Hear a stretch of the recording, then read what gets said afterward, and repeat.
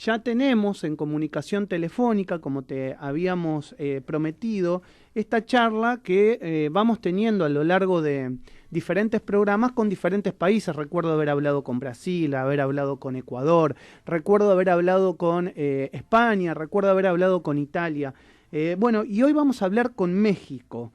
Estamos en comunicación telefónica con Ricardo Santander. Él es locutor, es periodista, es colega, realiza investigaciones y es justamente colega de Radio Mundo 96.5 de Cuernavaca, México. Hola Ricardo, buen día. Maximiliano Lequi te saluda. ¿Cómo andás? Hola Maximiliano, ¿cómo estás? Un saludo para todos ustedes allá en Buenos Aires y bueno, para todo tu auditorio, ¿cómo están? Bueno, muchas gracias por atendernos en la mañana de hoy y bueno, quería charlar y conversar un poco con vos. ¿Qué está pasando? ¿Qué ves vos en relación a esta pandemia, los números, los datos que tienen desde allí, desde México? Bueno, para iniciar con esto vamos a empezar con los datos duros, mi querido Maxi. Uh-huh. Los números que nos amanecimos esta mañana en Ciudad de México con 78.023 contagios en total y 3.463 contagios nuevos, ¿no? Uh-huh. Y de ellos son 15.592 que son activos en los últimos 14 días. Y esto es como los datos que nos amanecimos esta mañana aquí en la Ciudad de México. Y bueno, y con un...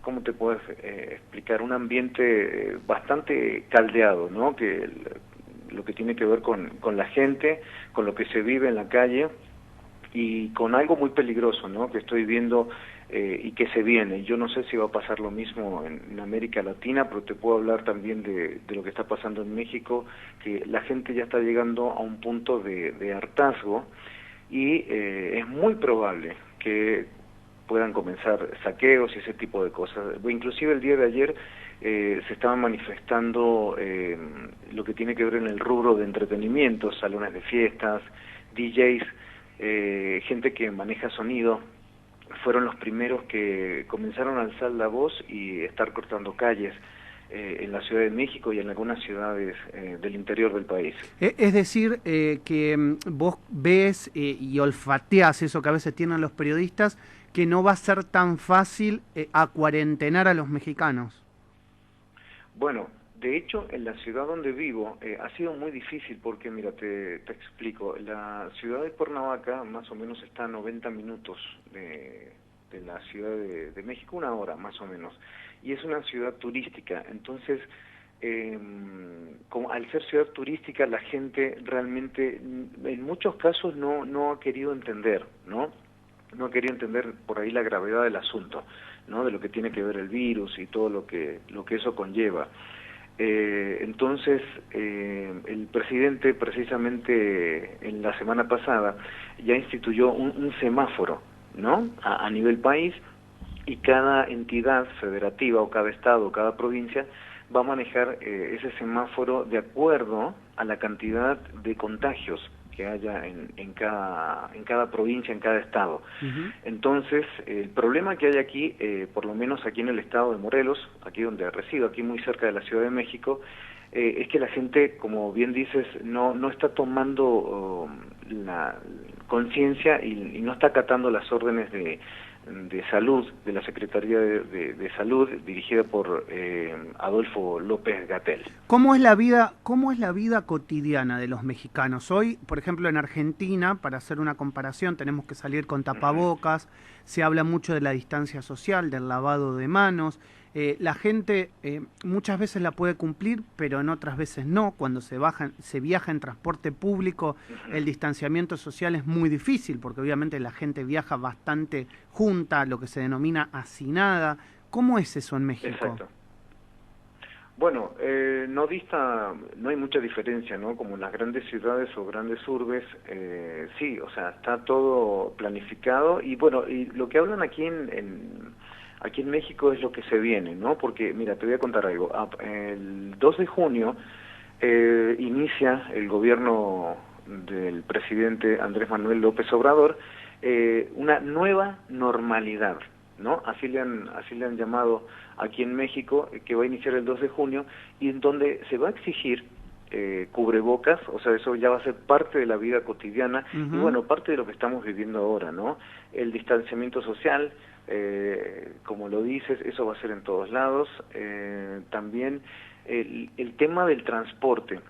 Bueno, ahí van a exigir en México, y todas las empresas, es lo que estábamos platicando con unos colegas el día de ayer, que se le va a llamar como una especie de policía anti-COVID, que cada empresa va a tener que, aparte de su guardia de seguridad, ¿no? O sea, de su seguridad, también va a tener como un policía anti-COVID, que él va a estar revisando o checando que los empleados de cada empresa cumplan con las normas, con las normas que tienen que ver con lo que me decías, ¿no? El lavado de manos, la higiene personal, pero aparte de eso, siempre pensando que la gente lo tiene que llevar como inmanente a eso. No sé si toda la gente que me está escuchando allí en la ciudad de Buenos Aires, o sea, no solo porque sea una pandemia, tú no te vas a lavar las manos, no vas a tener una higiene personal. Eso debe ir inmanente con cada ser humano, ¿no? No porque haya una pandemia,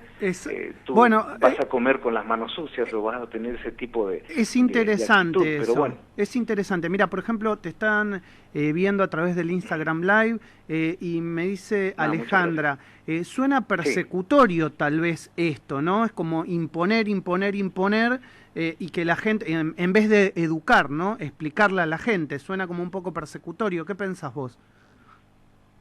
¿Al respecto de qué? ¿De lo que es la higiene y todo eso? Sí, como que educar, pero no imponer, es decir, no obligar, sino que educar. ¿Por qué lo tenés que hacer? Ah, no, bueno, por supuesto, eso va desde el vamos, ¿no?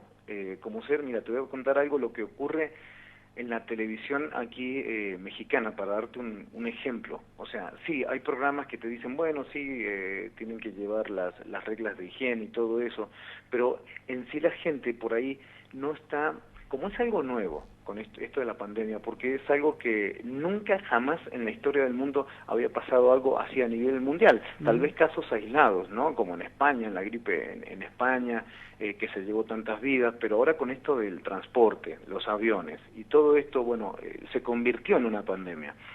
Y la gente, aquí te digo la verdad, Maxi, no está tomando conciencia. Mira, es más, algunas de las personas ni creen en el coronavirus, en serio, estamos hasta en ese punto hemos llegado. Y en cuanto a la educación, la educación yo considero que viene desde casa. Aparte que del gobierno, que pueda tener programas o planes o programas educativos, la educación viene desde casa.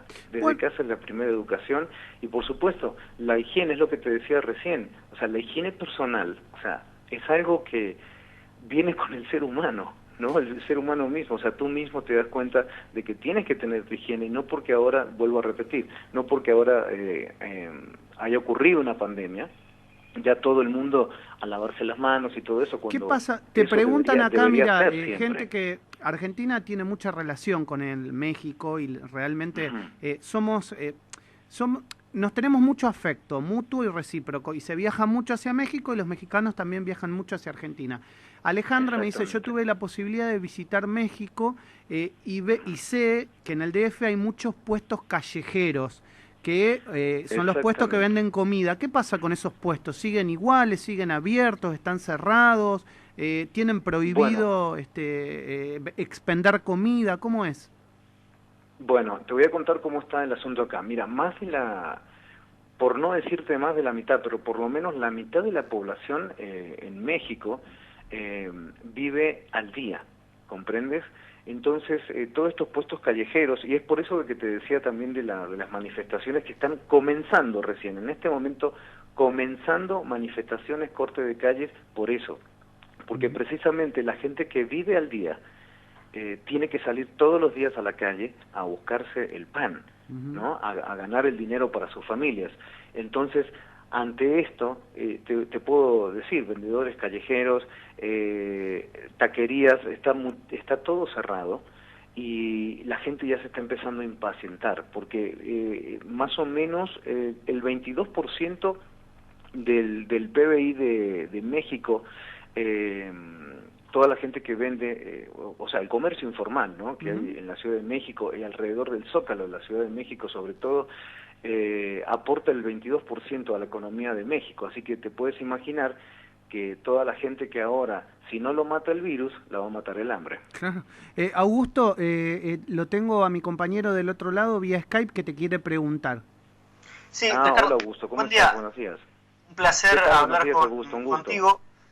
Quisiera consultarte, porque estaba mirando las últimas noticias y vi que hace pocas horas el subsecretario de Prevención y Promoción de la Salud, Hugo López-Gatell, dijo que, que a su criterio al menos, la mitad de las muertes en México por COVID-19 se debe a 40 años de comer mal, beber alcohol y fumar, y enfatizó en justamente los problemas y las enfermedades crónicas que trae todo esto, ¿no? Digamos, habló del sobrepeso, de la diabetes, la obesidad. ¿Cómo cayeron estas declaraciones en la gente?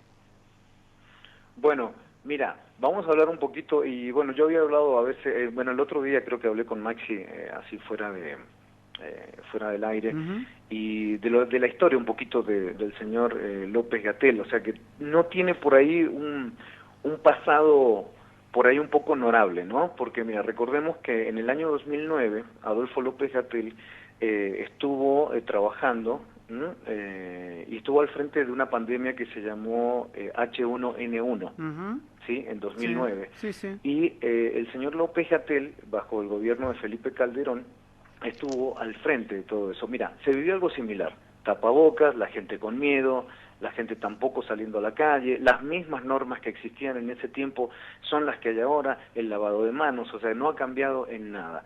Y el señor López-Gatell cometió un error porque él nunca admitió y nunca lo quiso hacer de las pruebas rápidas de detección de un virus, cosa que hoy tampoco hizo, ¿sí? Y es por eso, mira, que hay mucha crítica también en torno a él, porque él al final en el gobierno de Calderón lo terminaron sacando, ¿no?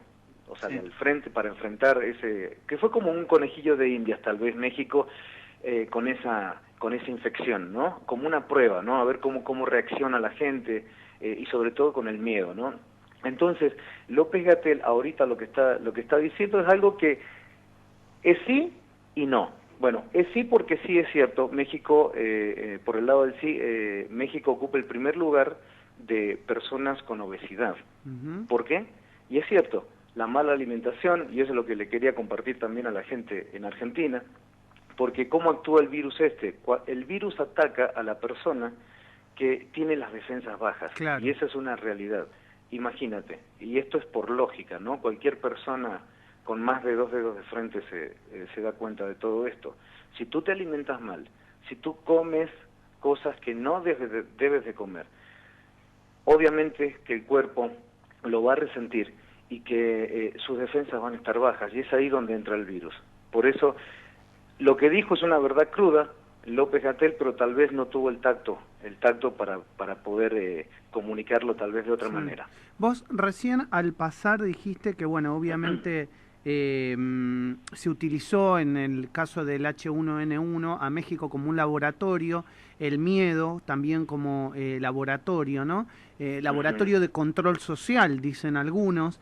¿Qué pensás vos al respecto? Y también dijiste al pasar en la nota que mucha gente en México no creía en que el COVID-19 sea lo que es, o esta pandemia del COVID-19 sea lo que es. Bueno, eso es un movimiento que se está dando en muchos lugares del mundo, sobre todo a través de las redes sociales y a través de algunos canales como YouTube, donde la cantidad de videos que hay al respecto preocupan obviamente a los que ven la parte sanitaria, es decir, hay mucha gente descreyendo de la letalidad de este virus. ¿Qué pasa en México? Porque los mexicanos son realmente muy adeptos a ver este tipo de videos en YouTube, de informarse por YouTube, y esto está pasando también en otros lugares de América, como por ejemplo en la Argentina, donde la explosión de esas informaciones está siendo muy acelerada, ¿no? Bueno, mira, tengo que decir algo al respecto, Maxi. Esta cuarentena que se impuso y todo eso, llevó a la gente a volcarse obviamente a redes sociales, ¿no? O sea, digo, el aburrimiento, o sea, te digo, desde ver Netflix, canales en streaming, como también ponerse a investigar, que eso es lo que realmente es lo que tiene que hacer la gente. Yo, la verdad que en México, te puedo decir algo, no hay ningún programa que esté hablando sobre esto. Claro. No hay ningún programa que esté alertando a la gente. O sea, es como siempre, ¿no? O sea, pan y circo para el pueblo, que se entretenga, para que no vea llegar las cosas. ¿Comprendes? Entonces, lo que ha venido a hacer también esta pandemia, Maxi, es despertar a la gente. Despertar a la gente. O sea, no podemos vivir toda la vida viendo programas que no te dejan nada. Nos podemos entretener en cierto momento, pero como siempre digo, hay tiempo para todo. Y el tiempo que hay ahora es para despertar a la gente de todo lo que está pasando, porque mucha gente se está dando cuenta que obviamente esto no es un virus que se provoque normalmente en la naturaleza, sino prácticamente es una guerra biológica. O sea, el mundo está en una guerra biológica porque este virus fue creado. Entonces, estamos, pero eso es algo que todos los periodistas que están en los medios, te diría entre comillas, tradicionales, les cuesta mucho decirlo. Y uno no entiende por qué. Porque estamos hablando desde lo sanitario, pero nadie habla de las causas. ¿Cómo se generó esto? ¿Cómo llegó a nuestra vida? Porque, digamos, la gripe española, está claro, o la mal denominada gripe española, porque en realidad surgió en los Estados Unidos, pero como España era el único país en ese momento con cierto grado de libertad, también hay que explicar un poco de historia, se sabían los números reales, se terminó denominando gripe española, pero había nacido en los Estados Unidos y habían sido las propias tropas americanas que llevaron el contagio y la infección hacia Europa. Pero más allá de eso, ¿por qué los grandes medios de comunicación no hablan de esto? No hablan del por qué tenemos esto sobre nosotros, de quién lo tiró o de quién lo hizo, o si estuvo realmente hecho en un laboratorio chino o no, si fue Estados Unidos que lo implantó ahí o no, si fue a China quien se le escapó, qué pasa con la geopolítica, quién va a terminar dominando esto y por qué. O sea, hay muchas preguntas, ¿no? Creo que esto los mexicanos se lo preguntan mucho. Bueno, yo creo que todo el mundo ahora se lo está preguntando, ¿no? O sea, ya dejamos de estar por ahí, no sé, en la tontera o en la pavada, ¿no? Como dicen allá en Argentina. Y la gente se está preguntando, se está cuestionando cosas, y es esto. Lo que pasa es que el problema, Maxi, es un problema muy profundo. O sea, esto viene de, mira, si yo me pusiera a hablar entonces de nuevo orden mundial, de Illuminatis, de masones, porque realmente es esa gente que está detrás de todo esto. La gente se cree que el presidente es la máxima autoridad del país, y no es así. Cuando se reúnen en el Club Bilderberg grandes empresarios, grandes banqueros, ellos deciden el futuro de lo que va a pasar. Y hay presidentes que están a favor de eso. Ustedes tuvieron un presidente hace unos años, ¿no? Y que endeudó a Argentina.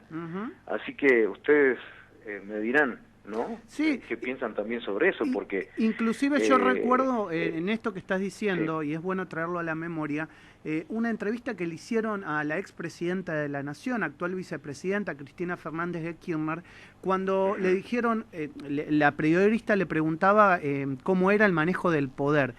Y ella misma reconoció, miren, ustedes se creen que el poder pasa por, en este caso, por la Casa Rosada o por la Plaza del Zócalo, si querés ponerle en México, y ella dijo, no es así.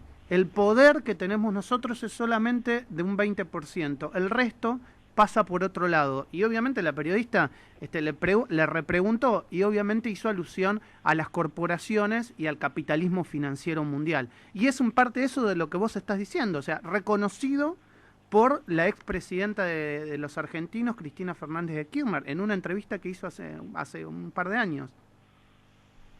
Lo que pasa, sí, eso es muy cierto, ¿eh? Lo que acabas de decir, Maxi, es muy cierto, y bueno, todo el auditorio que está escuchando tiene que abrir los ojos, tiene que empezar a pensar, tiene que empezar a despertar.